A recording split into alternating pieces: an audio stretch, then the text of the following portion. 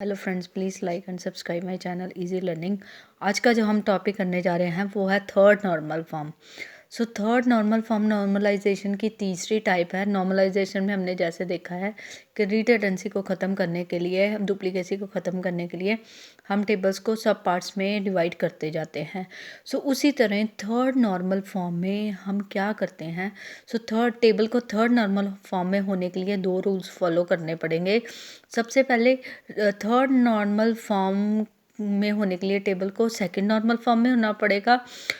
और सेकंड जो इसका थर्ड नॉर्मल फॉर्म का रूल है कि थर्ड नॉर्मल फॉर्म में हम जो नॉन की एट्रीब्यूट है वो relation set to be in third if all the non key attribute are independent from all other non key attribute. इसको हम ट्रांसिटिव डिपेंडेंसी भी कहते हैं। जो नॉन की एट्रीब्यूट है, जो प्राइमरी की वाले एट्रीब्यूट नहीं है, सो जो नॉन प्राइम एट्रीब्यूट्स दूसरे नॉन प्राइम की एट्रीब्यूट्स पे डिपेंडेंट है, उनकी डिपेंडेंसी के हिसाब से टेबल को डिवाइड कर देना चाहिए इन थर्ड नॉर्मल फॉर्म। जैसे कि हमने सेकंड नॉर्मल फॉर्म में पढ़ा था कि फुली फंक्शनल डिपेंडेंसी होनी चाहिए। सो थर्ड नॉर्मल फॉर्म में हम ट्रांसिटिव डिपेंडेंसी को फॉलो करते हैं। ट्रांसिटिव डिपेंडेंसी क्या होती है वो हम इस एग्जांपल की हेल्प से करेंगे। देखिए यहाँ पे एक मेरे पास कॉलम है, रोल नंबर जो एक्ट कर रहा है प्राइमरी की तरह। इसी तरह मेरे पास आ रहा है नेम, कोर्स, हॉस्टल और डिपार्टमेंट। ये मेरे पास टेबल में ये कॉलम्स हैं। सो इन कॉलम्स में जो नॉन की एट्रीब्यूट जिस नॉन की एट्रीब्यूट पे डिपेंडेंट है उसके हिसाब से मैंने टेबल को क्या कर देना है, डिवाइड कर देना है। पहले मेरे पास एक ही टेबल था जिसमें रोल नंबर पे नेम, कोर्स, हॉस्टल और डिपार्टमेंट डिपेंड थे। सो अब मैंने क्या किया है, इस टेबल में से देखा है कि कौन सा नॉन की एट्रीब्यूट, जैसे कोर्स जो है हॉस्टल पे डिपेंड है। सो ये दोनों क्या है, नॉन की एट्रीब्यूट हैं। सो इन दोनों को अलग कर दिया है और रोल नंबर, नेम और डिपार्टमेंट को अलग कर दिया है। रोल नंबर जो है मेरा प्राइमरी की एट्रीब्यूट है, नेम और डिपार्टमेंट जो है नॉन प्राइम एट्रीब्यूट्स हैं।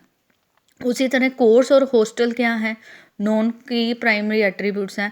सो इस तरह से जो थर्ड नॉर्मल फॉर्म में हम देखते हैं, जो मेरा नॉन की प्राइमरी एट्रीब्यूट है वो जिस नॉन की एट्रीब्यूट पे डिपेंडेंट हो उसके हिसाब से उनको हम सब टेबल्स में डिवाइड कर देते हैं। ये हो जाती है हमारी transitive dependency.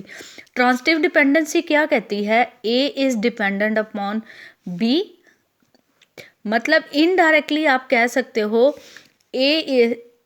C is dependent upon A. मतलब क्या हो रहा है, ट्रांसिटिव डिपेंडेंसी अगर आप इसमें देखो, कोर्स और डिपार्टमेंट चाहे अलग टेबल में डिवाइड हो गए हैं बट इनडायरेक्टली कोर्स भी किस पे डिपेंडेंट है, रोल नंबर पे। हॉस्टल भी किस पे डिपेंडेंट है, रोल नंबर पे। ये क्या हो गया, डायरेक्टली और इनडायरेक्टली मैंने टेबल को डिवाइड कर दिया है बट ये हमें क्या शो कर रहा है, ट्रांसिटिव डिपेंडेंसी, कि कोर्स इनडायरेक्टली किसका पार्ट है, रोल नंबर का। अगर को कोर्स को असेस करना है, कोर्स की इन्फॉर्मेशन को असेस करना है तो मेरे को किसकी इन्फॉर्मेशन चाहिए, रोल नंबर की। ये हमारी हो जाती है ट्रांसिटिव डिपेंडेंसी। इन शॉर्ट में कहूँ, थर्ड नॉर्मल फॉर्म में होने के लिए इसको सेकंड नॉर्मल फॉर्म में होने चाहिए। सो हम देखेंगे जो नॉन की एट्रीब्यूट जिस नॉन की एट्रीब्यूट में डिपेंडेंट है उसके हिसाब से हम टेबल को क्या कर देंगे, पार्ट्स में डिवाइड कर देंगे। ये हमारी हो जाएगी third formal normal form in simplification. Transitive dependency होती है indirectly A is dependent upon B, B is dependent upon C, is dependent upon A, C is dependent upon A. मतलब इनडायरेक्टली कहीं ना कहीं से ये नॉन की एट्रीब्यूट किस पे डिपेंडेंट है, प्राइमरी के एट्रीब्यूट पे। सो ये मेरी एग्जांपल हो गई थर्ड नॉर्मल फॉर्म की। उसी तरह थर्ड नॉर्मल फॉर्म में भी हमारे पास कुछ अनोमलीज आती हैं, कुछ प्रॉब्लम्स आती हैं, वो हम डिस्कस करेंगे वन बाय वन। जैसे कि अनोमलीज होती हैं इंसर्शन अनोमली। इंसर्शन अनोमली में क्या है कि हमने क्या किया है, टेबल को पार्ट्स में डिवाइड कर दिया है। सो अगर हम कुछ भी डेटा थर्ड नॉर्मल फॉर्म में ऐड करेंगे, so same record I have to add in the both the tables, मतलब सेम एंट्री मल्टीपल टाइम मेरे को क्या करनी पड़ेगी, एंटर करनी पड़ेगी। जैसे कि यहाँ पे मैंने एक नई रो ही डालनी है, सो कोर्स की इन्फॉर्मेशन मेरे को यहाँ पे भी एंटर करनी पड़ेगी, तो यहाँ पे भी एंटर करनी पड़ेगी। सो इसमें क्या हो गया, dividing the table into small parts based on the non key primary attribute create the problem of insertion the same record need to be added multiple time. ठीक है, डिवाइडेड हो टेबल छोटे छोटे पार्ट्स में डिवाइडेड हो गया। सो जो भी ऐड करेंगे हमें सारा डेटा मल्टीपल जगह क्या करनी पड़ेगी, एंट्री करनी पड़ेगी। ये होगी हमारी इंसर्शन नॉर्मली। अपडेशन, वैसे ही अगर किसी रिकॉर्ड को चेंज करना है, सो उसको चेंज करना है, सो उसको भी हमें क्या करना पड़ेगा, मल्टीपल जगह चेंज करना पड़ेगा। जैसे कि मैं बीए को चेंज करना चाहती हूँ एमसीए से, सो क्या होगा, इसकी एंट्री यहाँ पे भी चेंज करनी पड़ेगी, यहाँ पे भी चेंज करनी पड़ेगी। ये कौन सी अनॉमली हो गई, updation anomaly in third normal form. उसी तरह ही डिलीशन का मतलब होता है किसी रिकॉर्ड को आप डिलीट कर दो किसी टेबल से।